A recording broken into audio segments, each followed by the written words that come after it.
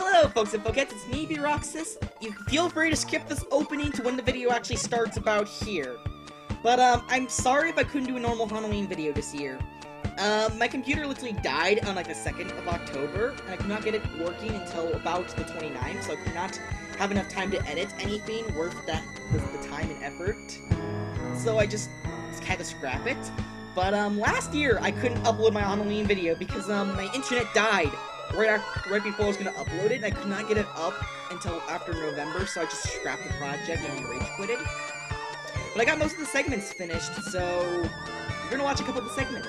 I'm just gonna do a suicidemouse.avi segment for now. This is top 10 CreepyPastaesque games. Either games based off of CreepyPastas, games that feel like creepypastas, or just general spookiness.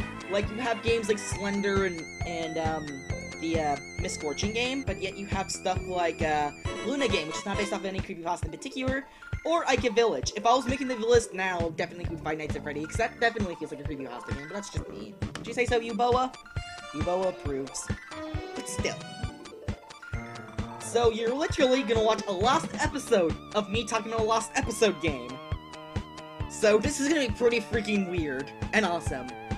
Guys, have a happy Halloween. Happy whatever the heck you want to do today. Stay safe, whatnot.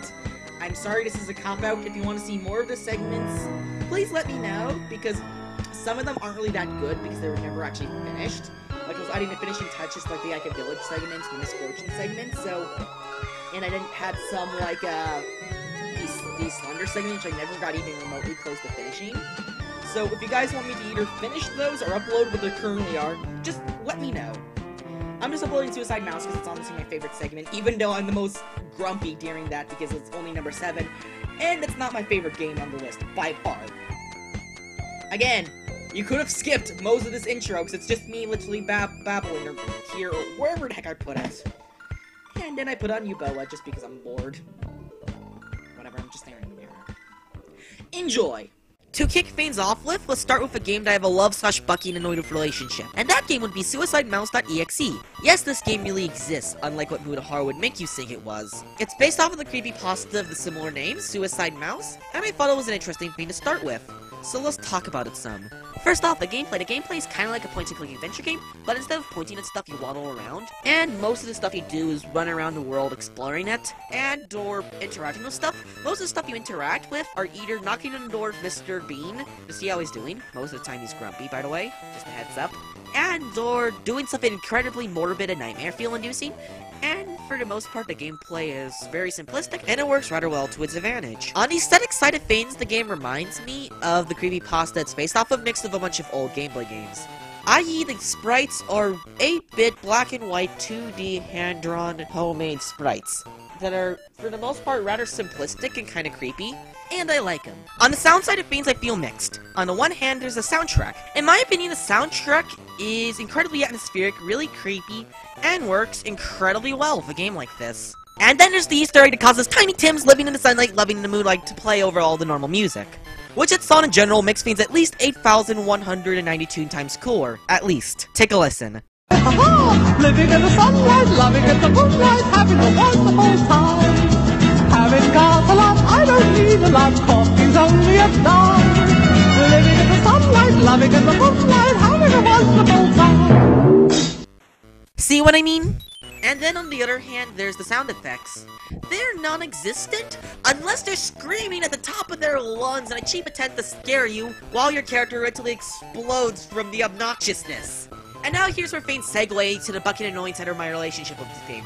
When this game tries to scare you, it's so incredibly, utterly cheap and obnoxious about it. Not the good kind of cheap where it's like, oh look, I found a rare game for $2.25 level cheap. No. It's more of the, oh look, there's the ice cream truck, it says, and you turn where it's pointing, then it kicks you in the face and stabs you in the kidney.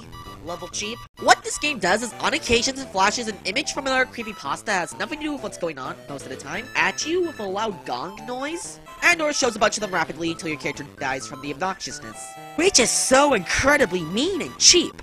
I found it annoying in Luna game when it did it, but there it was not as bad because it flashes pictures of Pinkie Pie, which is something that's going on and is related to what's happening here. It's like, I'm minding my own business, hopping around in hell because I'm Mickey Mouse. Oh my, Slender, what are you doing here? How did you end up in hell? No, you two, Bart Simpson, what happened? See what I mean? It's kind of annoying, lazy, cheap, and breaks the immersion to a bunch of little pieces. And it would be so easy to fix. Just find a bunch of creepy images from Disney, which a bunch of them exist on the internet. It's the bloody freaking internet. You can find them.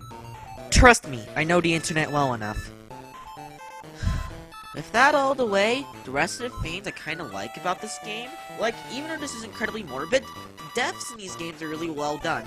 Okay, I don't like the fact that Mickey dies, but the death sequences themselves are kind of creative. That, and they can keep you up at night. That would usually be a bad thing, but if you're trying to keep your schedule, or change it, and or try to edit a video like this one, or some other reason why you need to stay up, you just play this game, and you're up the rest of the night. Don't try this at home, kids. But thinking about the deaths in these games, this game always makes me wonder, what happens to Mickey's soul once he dies within hell?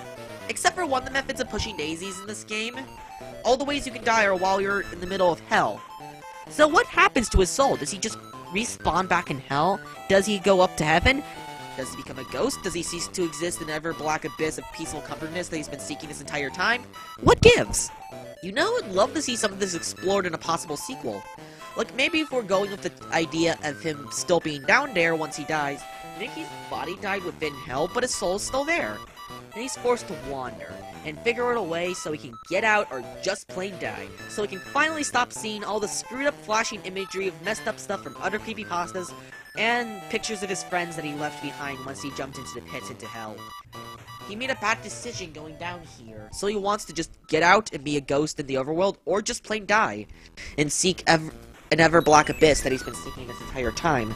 Or another idea that just occurred to me, if Mickey's still within hell. Once Mickey died, Walt got so pissed at the afterlife, they decided to screw the laws of nature, and come back from the grave, and or out of the refrigerator, or from the bottom of the sea, or wherever the heck he ended up. And then suit up and make these creepypasta son of a fishes wish they never screwed around with his mouth. And then afterwards, draw Mickey a new body, because he can do that because he's Walt freaking Disney! And this mythical game would be called Suicide Mouse 2. Walt is pissed. Okay, you know, if nobody does that idea I just suggested, I would definitely be willing to make that. That would be a totally wicked Doom mod. And now thinking about it, am I sinking way too much into a game that's only just number 7 on the list? Yeah, well. So yeah, try to check it out sometime. It's a really rather interesting game that's worth checking out at least